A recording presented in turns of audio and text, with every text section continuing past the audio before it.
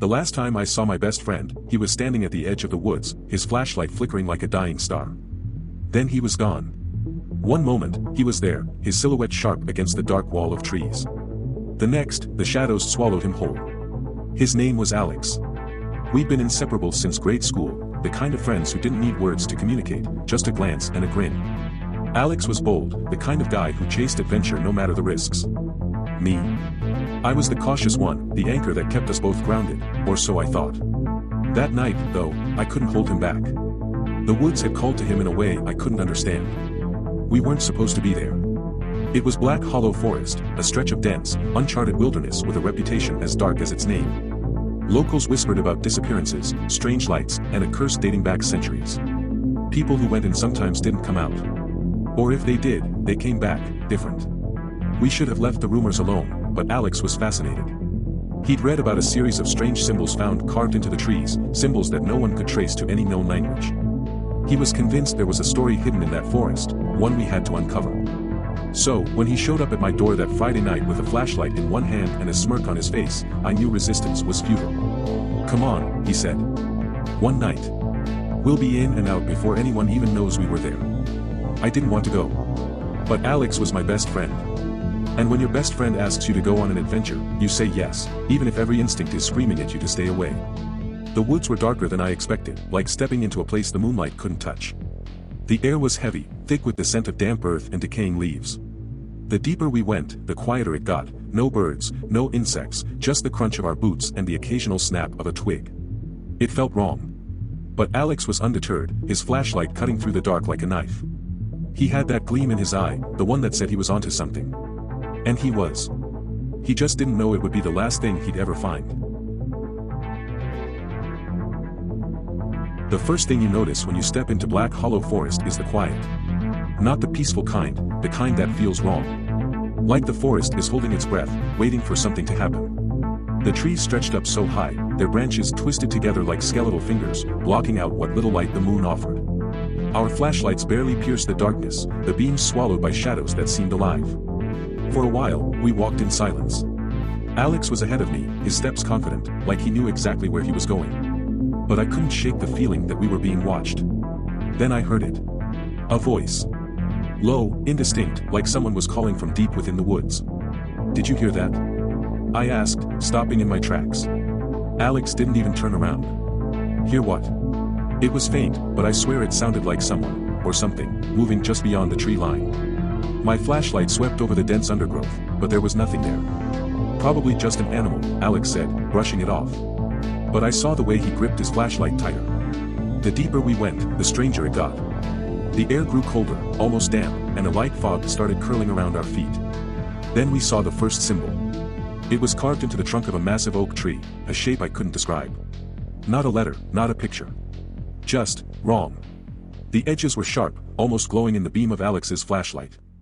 "This is it," Alex whispered, more to himself than to me. That's when I noticed it. Alex wasn't just excited, he was off. His movements were jerky, his eyes darting around like he was seeing something I couldn't. "What's going on?" I asked. He didn't answer. Instead, he started walking faster, his light bouncing wildly in the dark. "Alex." I called, my voice sharper than I intended. "Slow down. What's the rush?" But he didn't stop. He just kept moving, his gaze fixed on something far ahead. Then he froze. "What is it?" I asked, catching up to him. He pointed with his flashlight. "There. Do you see it?" At first, I didn't see anything. Just more trees and shadows. Then I saw it. A light. Pale, flickering, almost like a lantern swaying in the distance. "It's probably just a camper," I said, though I didn't believe it. Alex shook his head. "No. It's something else." Before I could stop him, he started walking toward it. "Alex, wait." I hissed, my heart pounding. Every instinct screamed at me to turn around, to leave. But I couldn't let him go alone. So I followed. The light seemed to move further away the closer we got, pulling us deeper into the forest. The fog thickened, the cold biting at my skin. And then, it stopped. The light was gone. And so was Alex. "Alex?" I called out, my voice shaky. No answer. Just the faint rustle of leaves and something else. A sound I couldn't place. Like whispering, but layered, like 100 voices murmuring just out of reach. My flashlight flickered, the beam catching on the dense fog that seemed to have swallowed the trees whole. I spun in a slow circle, hoping to see Alex's silhouette, his flashlight, anything. But there was nothing. And then I saw them. Footprints. His boots had left a clear trail in the damp earth, heading deeper into the forest. I followed them, my heart pounding so hard it felt like it might break my ribs. But the trail stopped. The footprints just ended. No scuff marks, no sign of him turning back or stepping to the side. It was like he'd vanished into thin air. That's when I saw it, lying just ahead of me, a torn scrap of fabric caught on a jagged branch. It was from Alex's jacket. I grabbed the fabric, my hands shaking. "Alex!" I shouted, my voice cracking in the silence. "This isn't funny, man. Where are you?" But the forest didn't answer.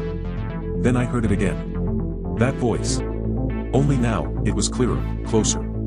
It sounded like Alex, but wrong. Distorted.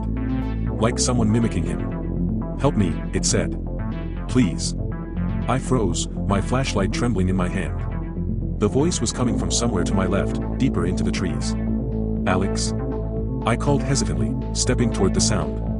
"Help me." I walked slowly, each step feeling heavier than the last. And then I saw it, a symbol, glowing faintly on a tree trunk ahead. It was like the one we'd seen earlier, but this one was pulsing. Almost alive. Something was wrong. My instinct screamed at me to turn back, to run, but I couldn't. The forest felt alive, like it was pulling me forward. And then I saw him. Alex. He was standing in the clearing, his back to me, motionless. His flashlight dangled loosely in his hand, the beam pointed at the ground. "Alex!" I shouted, relief flooding through me as I ran toward him. But as I got closer, I realized something was off. His posture was stiff, unnatural. And then, he turned. It wasn't Alex. Not anymore. His eyes were wrong, pitch black, like two endless voids. His face was blank, emotionless, but his lips moved, whispering something I couldn't understand.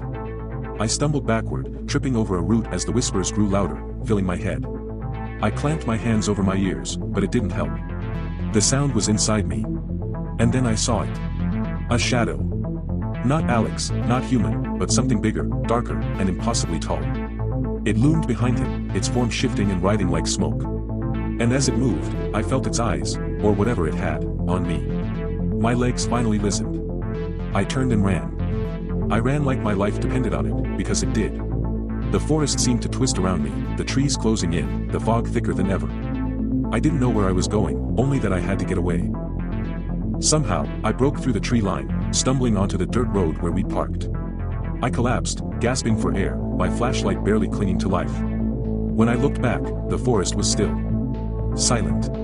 Like nothing had happened. But Alex was gone. I told the authorities everything, but they didn't believe me. They searched the woods for days, found no trace of him. Not even the footprints. But I know what I saw. I know what I heard. And sometimes, late at night, I hear it again. That voice. Narrator. But it's not Alex. It never was. I don't remember driving home. The hours after I stumbled out of Black Hollow Forest are a blur, a rush of cold air, shaking hands, and the sound of my own heartbeat pounding in my ears. I tried to tell them, Alex's family, the police, anyone who would listen. But how do you explain something you don't understand yourself? The woods are dangerous, they said. People get lost. Wild animals. They didn't believe me. Not about the light. Not about the symbols. Definitely not about the thing I saw. And maybe they're right. Maybe grief and fear played tricks on my mind. But if that's true, then why does it still feel like the forest is watching me? It's been weeks since that night, and I haven't been the same. I don't sleep much anymore. When I do, I see Alex's face. Or something wearing his face. Sometimes I hear him, too. In the quiet, when the house is dark, I'll catch it, a faint voice calling my name. At first, I thought it was in my head. But then the other things started happening. I'll find things moved, things that shouldn't be there. A single boot print in the dirt outside my window.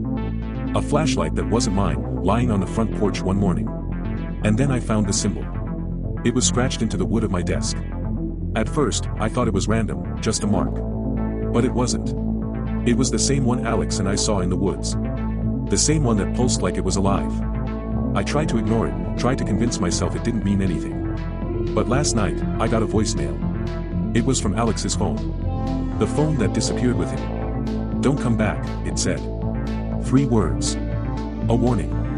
I replayed it over and over, hoping to hear something else, something that would tell me he was still out there, still alive. But every time, it's the same. "Don't come back." I haven't told anyone about the voicemail. I don't think they'd believe me if I did. But I know what I heard. I've thought about going back, about trying to find him, to bring him home. But every time I do, I remember that shadow, those whispers. And I realize, maybe Alex isn't lost. Maybe he's where he's supposed to be,